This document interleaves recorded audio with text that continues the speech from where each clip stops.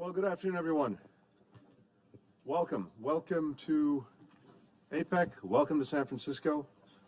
Welcome to the United States. It is particularly wonderful for us to be here in San Francisco, a city that for generations has linked people and economies of the Asia Pacific. So it's hard to think of a more fitting place to bring us all together for APEC. And I want to begin by thanking my colleague and my friend, Ambassador Katherine, for co-hosting these meetings with me. And I'm grateful to Dr. Santa Maria and the entire APEC Secretariat for helping make this week possible. We're very proud to be hosting APEC for the unprecedented third time. They say third time's a charm. We're going to try and demonstrate that over the next few days. And we also look forward to passing the baton to Peru at the end of this week for APEC 2024. As I think we can all see from the participants in this room, not to mention the many government, private sector, civil society leaders who gathered here this week, APEC is a powerful forum to convene, to collaborate, to build consensus on the economic future for people across our shared region.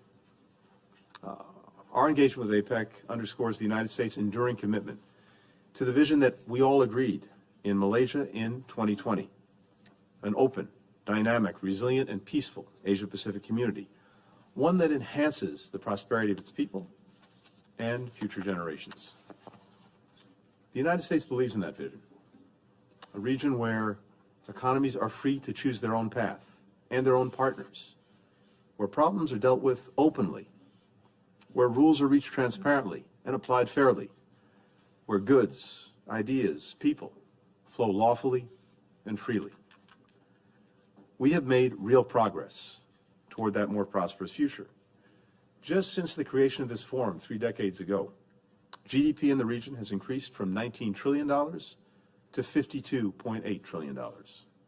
Per capita income has grown roughly fourfold, lifting millions of people out of poverty, creating a thriving middle class. APEC's 21 member economies now represent 40% of the world's population. They generate half of global trade. They produce 60% of the world's goods and services.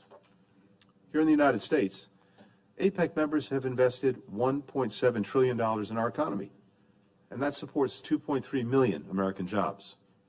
U.S. companies, in turn, have invested about $1.4 trillion in APEC economies. This is not a unique story. Each of us has experienced remarkable reciprocal benefits from greater trade and investment within the Asia-Pacific region. At the same time, we continue to face many economic challenges.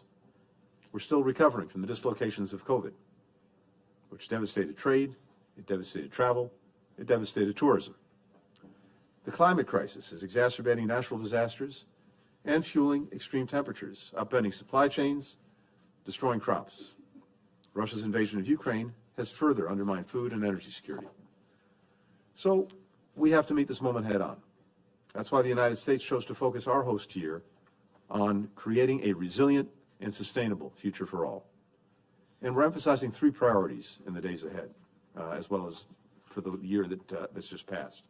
The first is interconnectedness. We're working to build greater supply chain resilience, to invest in the high-quality, sustainable infrastructure that connects us and lays the foundation for broad-based growth. We believe that with the right adjustments, interdependence can remain a strength, not a vulnerability, for our economies. Second is innovation. Taking advantage of APEC's role as an incubator of ideas, we're working to advance new solutions to some of the toughest challenges facing the region and facing the world, from facilitating a just energy transition to shaping a digital economy that lifts up workers and businesses. Third, we're strengthening inclusivity and unleashing our people's untapped potential, whether that's creating more opportunities for women in STEM, giving indigenous entrepreneurs greater access to capital, or exploring low Earth satellite systems to expand connectivity to remote and rural areas. Each of us recognizes that inequality within and between our countries hinders the growth of our entire region, and that more inclusive economies are also stronger economies. Across each of these lines of effort, APEC economies have made notable progress. At the same time, I think each of us sees in our own economies how much work we still have to do. One thing we've heard again and again throughout this year from Honolulu to Palm Springs, from Detroit to Seattle, and now in San Francisco. We've heard that our citizens, the people we represent, are hungry to help build that more resilient, more sustainable, more connected future. They're ready to work, to invest, to innovate, to drive the growth that will further strengthen our shared region. And our responsibility, our job, is to help them do just that. And with that, let me give the floor to my co-host for today, Ambassador Katherine.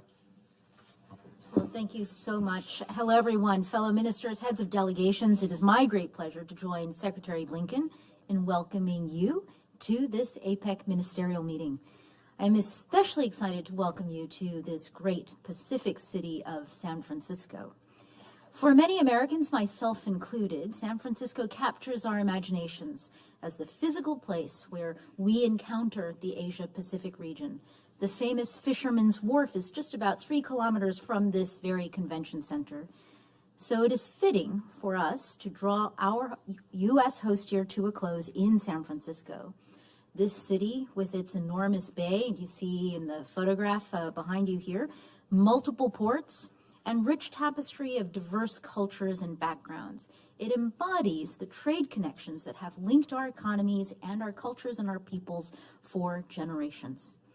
More importantly, we share the deep people-to-people bonds, and our histories tell a greater story of collective resilience and strength. Time and time again, through disasters, both human-made and natural, our economies have come through together for our people and our prosperity. And I am optimistic that we will once again emerge stronger as a region, even as we meet at a time of great uncertainty and challenges.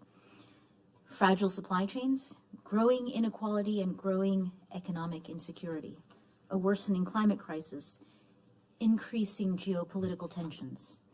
These hurdles in our midst do pose a threat, but they also present an opportunity to assess where we are, to think creatively, to bring our strengths together, to sketch out the future that we want to see and experience, one that is resilient, sustainable, and inclusive for all of our people.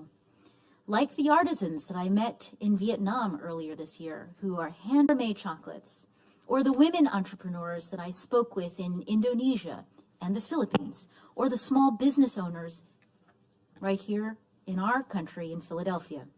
We may look different, we may speak different languages and have different upbringings, but we have much more in common than we might think. We all want peace. We all want to provide for our loved ones. We all want a tomorrow that is better than today. These stories give us important perspective. As policymakers, we can sometimes fall into the trap of talking about and formulating trade policies in a vacuum.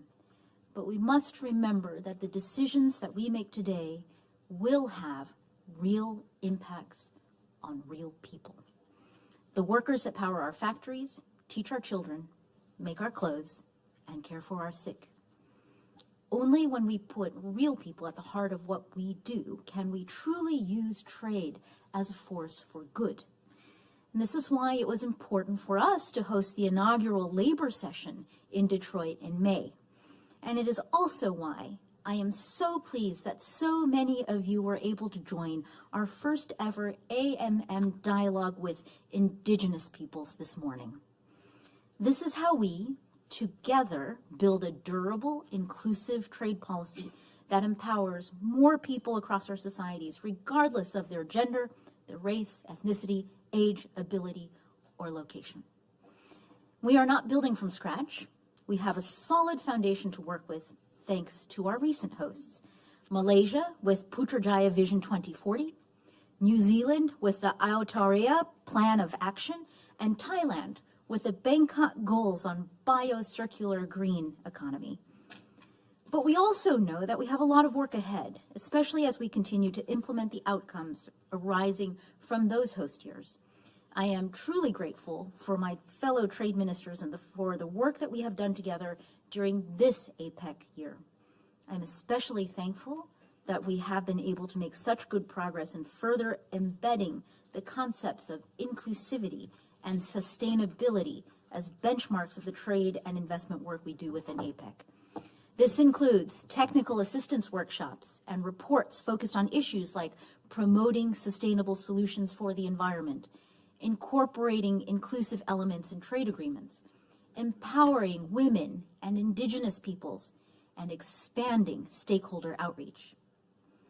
We are also continuing to work toward a set of principles that would provide economies with practical ways to incorporate inclusivity and sustainability into their trade and investment policies. We have great momentum, and I am looking forward to a good discussion tomorrow in our trade focus session.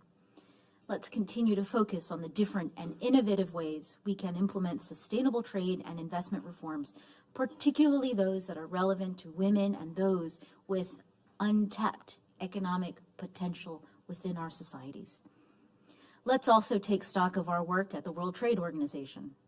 Our economies were able to deliver important outcomes at the 12th Ministerial Conference, and as we are moving rapidly towards MC13, we should build on those successes and channel our focus to reforming the WTO to better respond to today's needs. I'm especially looking forward to continuing to learn from your experiences and your best practices in this regard.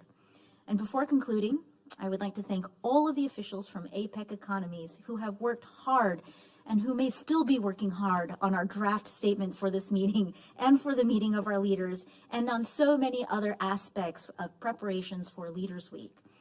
Secretary Blinken and I look forward to updating you as soon as possible on the successful conclusion of the AMM statement negotiations.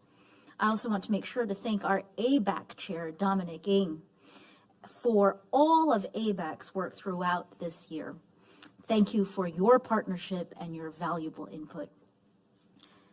Let me once again welcome each of you very warmly to San Francisco. I'm looking forward to a productive time together.